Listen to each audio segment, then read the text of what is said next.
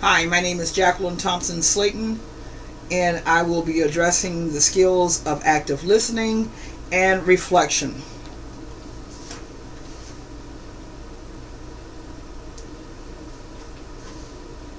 Hi, how are you doing today, sir? Fine, ma'am, and you? Just fine. Is it cold enough out for you outside? Yes, ma'am. Well, thanks for braving the weather and coming on in. Before we get started today, I want to make sure that we understand the form that you signed, and that you understand that this video is going to be made for educational purposes, and I'm as a student observer, and only the instructor will be able to see this video. And once this class is over, the video will be destroyed. You do understand that? And you did sign your consent form. Yes, ma'am. Okay. Well, let's get started. So what brings you in today? Well,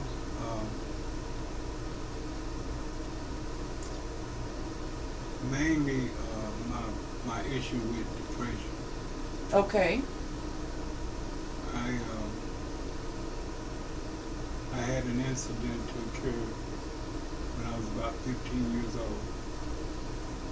I took a friend's life, and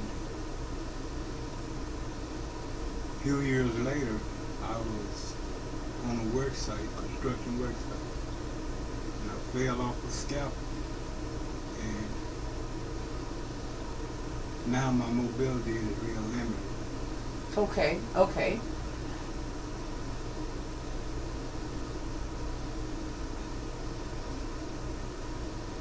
So let me make sure I understand. You said that when you were 15, you accidentally killed your best friend,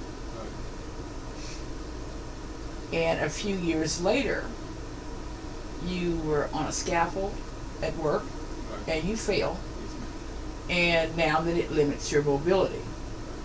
But your main purpose for coming in today is to deal with your depression. Right. Okay, go ahead.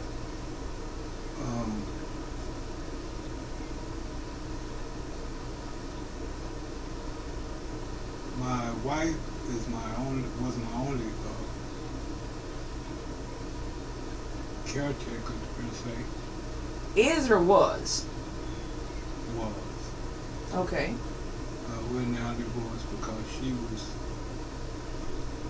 she just couldn't handle the task of my upkeep.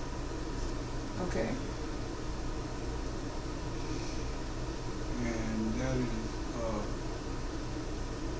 caused me to become even more depressed. Okay, so who helps you now? Well, a couple of neighbors will come by and see if there's anything I needed, or they could take me somewhere, something like that. Okay.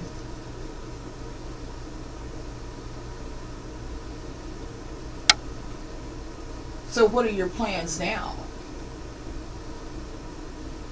Well, pretty much to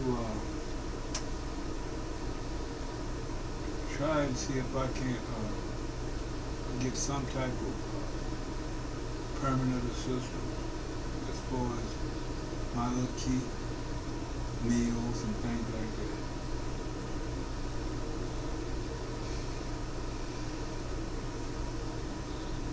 that. Are you able to work? No.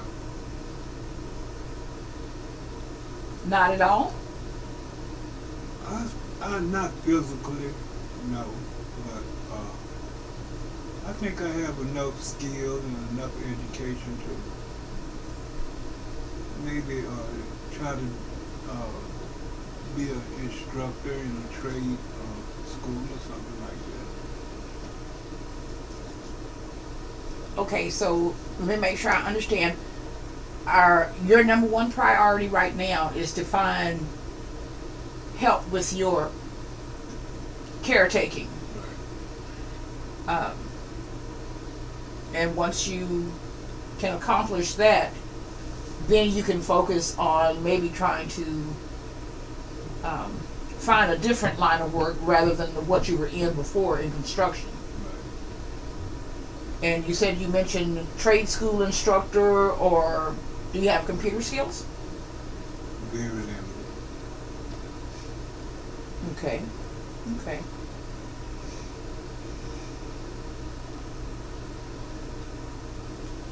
Well, I know that. Let's talk a little bit more about your depression. Tell me how you feel with that. It just seems to be something that never goes away, and it's gotten worse, a lot worse over the years. Could cause me to have nightmares because I tend to relive that it's found moments of life. I tend to go over that over and over in my head, and it just seems to paralyze me. You know, that's Okay. I don't feel motivated to do Okay.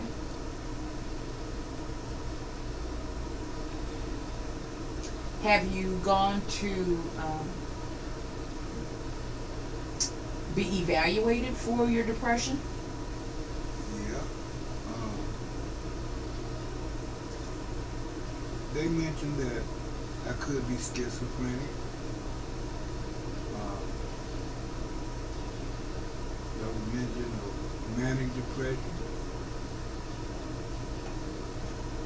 They said it was a possibility that I was suicidal, but not homicidal. Okay. Have you ever had thoughts of suicide? Quite often. Have you ever formulated a plan? At one time I did. Did you try to carry through it? Yeah, but the first experience with the pain of putting a knife to my throat, I just couldn't go through with it. Okay.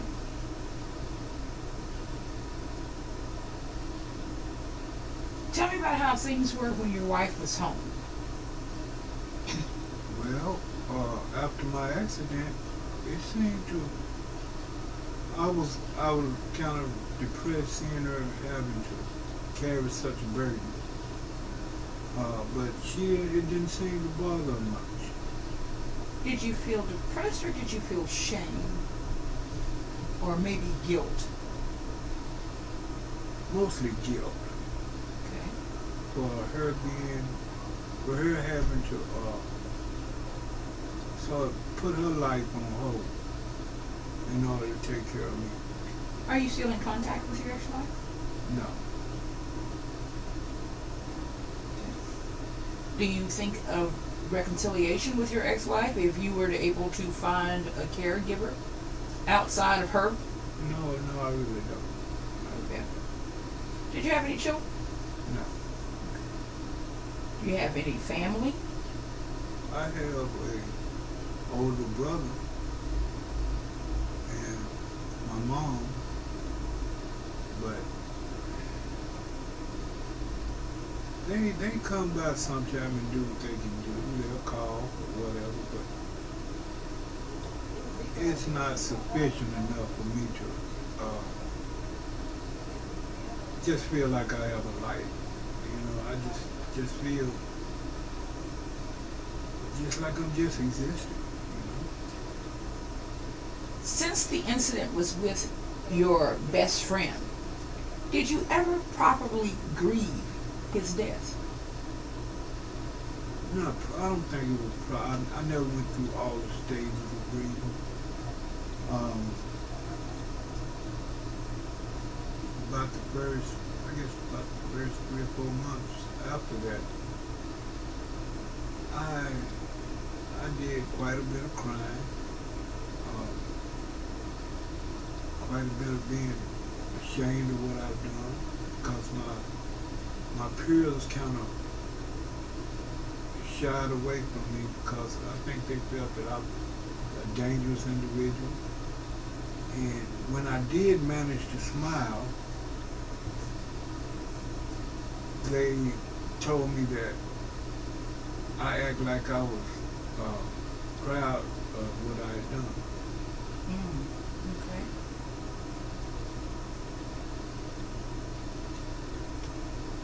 So I think one of the goals that we will set is to actually work through the grieving process as we start to address your depression.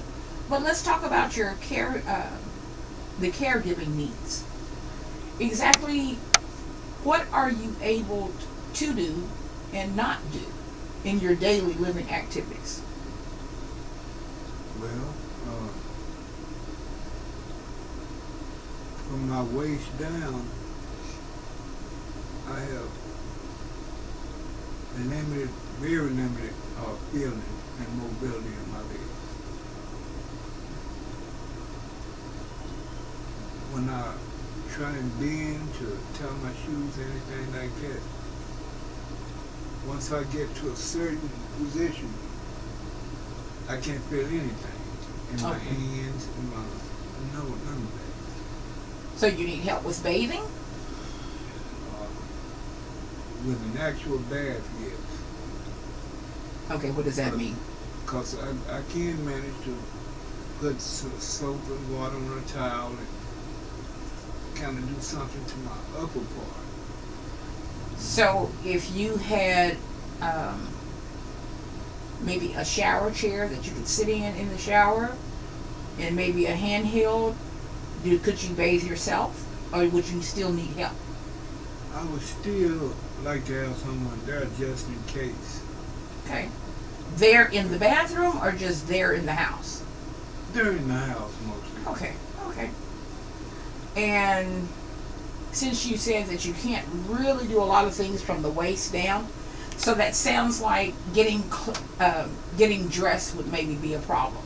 Yes. Okay. So let me make sure I understand. You're saying that if you have the right accommodations in your shower, you think you could handle the shower by yourself, but you'd feel more comfortable if someone was in the house with you. Right. But you would need help getting dressed, especially for items below the waist. Right. Okay. Now, once you get dressed, can you get your own food? No, because I can't stand for long periods of time. Okay, so you need someone to help you with food preparation. Grocery shopping and things of that nature. Okay. Do they need to be there while you're eating? No. Just to help you get the food fixed. Right. Okay. And I mean, maybe prepare it for me on the tray or whatever. Okay, so you do need them there during mealtime. They need to bring the meals to you. Okay. How about your transportation needs? Well, I have a motorized van that's wheelchair accessible that the company paid for when I had my accident. Okay. But I'm unable to drive it. My wife had been driving it and taking me to different doctors or whatever. So now I have a next door neighbor that's... Okay. So what keeps you from driving it? The mobility in your legs?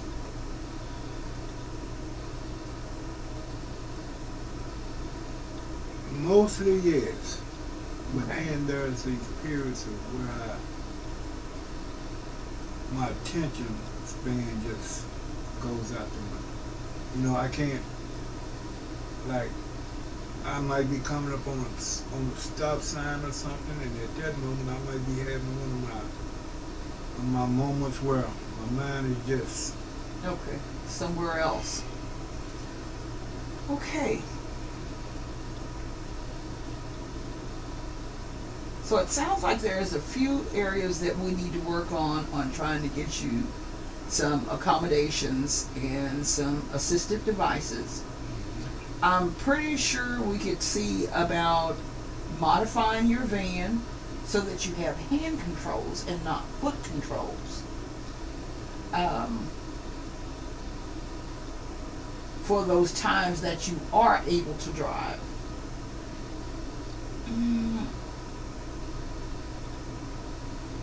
I have some assessments that I know I'm going to need you to do for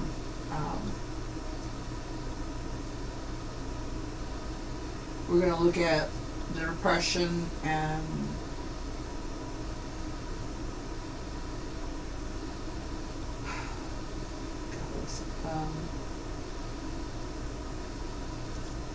some of the other mental issues that you were talking about. But I'd like to start with you on the grieving process.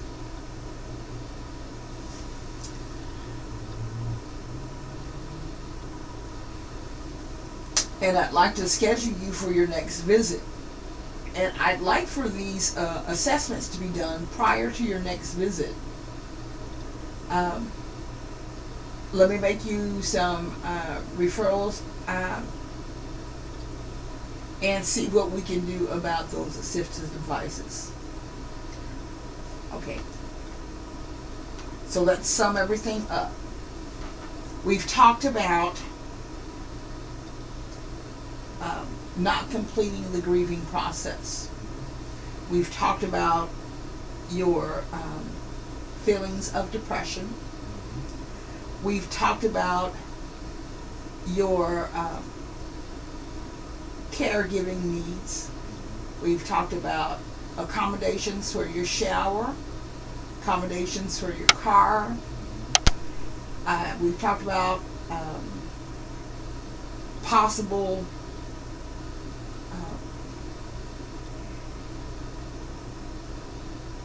employment once we've taken care of the essential needs, and we will start working on getting you assessed on what types of careers and that might be good for you,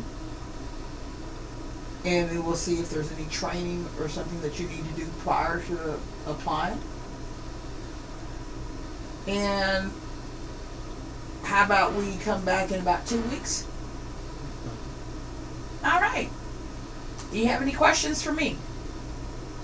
No, ma'am. I look forward to working with you. All right. Thank you very much. Thank you.